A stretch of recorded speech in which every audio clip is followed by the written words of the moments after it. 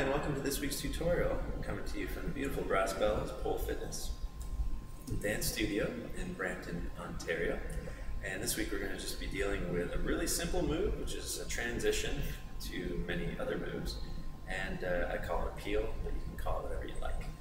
So all you need to be able to do is waist hoop in both directions and be comfortable with one-handed breaks.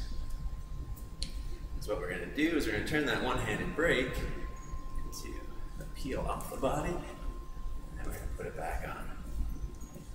When we do this one-handed peel and put it back on our body, we're actually changing the current that we're hooping in. So it's a fancier way to break and switch directions. Now, how does that look? In slow motion, using my advanced technology. So we're going one direction, we're going to reach down, we're going to break.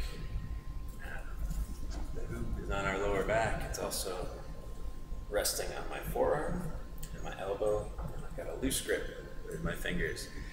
I am going to raise the hoop up, framing myself, and I'm going to push forward. As I push forward with my hand and my elbow, it's going to cause a bit of a bounce off of my hip. Now, that loose grip is important because as the hoop swings in front, I don't want to grip too hard, otherwise it's going to take my wrist into awkward positions. So I got to nice and loose and just let it swing around. Once again, on the hip, one-handed break, flip up, swing around. When I swing into the front, it hits my opposite hip. I'm going to be able to lower it, twisting my wrist back just a little bit so it swings around, touches my hip. Lower it to level so that I can push across my body. Now I'm moving in the opposite current. Stop and go. What makes this move very cool is that it's versatile and I can switch into a number of different things.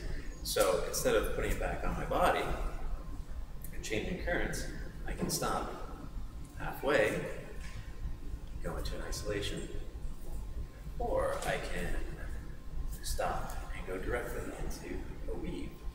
I'm sure you can think of many other ways that you can use this move to transition into a bevy of bevy, I tell you. So that's the move this week.